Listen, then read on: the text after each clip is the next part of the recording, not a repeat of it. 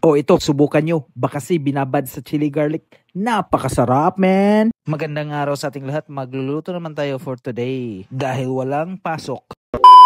So may nabili pala tayong bakasi worth 100 pesos lang ito. At syempre, lilinisin natin to ng asin at saka tubig. Pagkatapos atin itong tatatarin.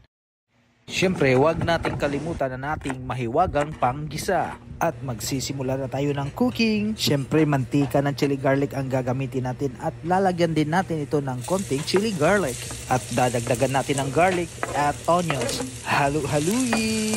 At ito na, ilalabas ko na ang mahiwagang ingredients. Ang bakasi or iga. Para ka lang magigisa dito. Lalagyan natin ng suka, oyster sauce, paminta, at saka soy sauce. Tapos antayin na lang natin itong maluto. At lalagyan pa rin natin ito ng green chili, my favorite. O ayan, luto na. Ang ganda at ang sarap nito, man. Oh, so saucy. At dahil gusto ko ng manamis-namis, lalagyan ko ito ng brown sugar. It's plating time. Tara, kain tayo.